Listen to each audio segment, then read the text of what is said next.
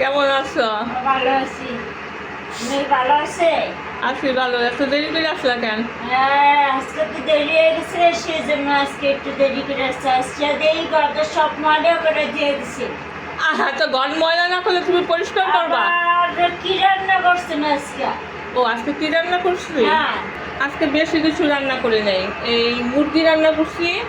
তুমি তো জানোই প্রতিদিন মুরগি রান্না করতে হয় আমার মেয়ের জন্য। মুরগি আলু দিয়ে ঝোল করলাম।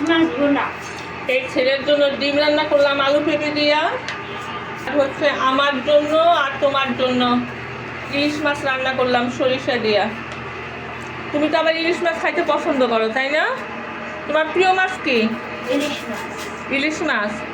এই জন্য তোমার জন্য আর আমার জন্য এই ইলিশ মাছ রান্না করলাম, ছেলের জন্য ডিম আর মেয়ের জন্য মুরগির মাংস। এখন দেখো খালা, আমার রান্নাঘরের অবস্থা কিন্তু খুব খারাপ।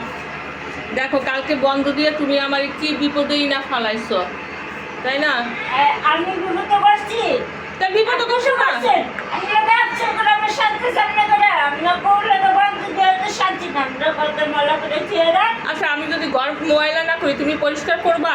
হ্যাঁ, এই জন্যই তো আমি ঘর ময়লা করি, যাতে তুমি ভালোভাবে পরিষ্কার করো। এই শোনো, এখন আমার ভিডিও করার সময় নাই, তুমি এখন টাটা বাই বাই দাও।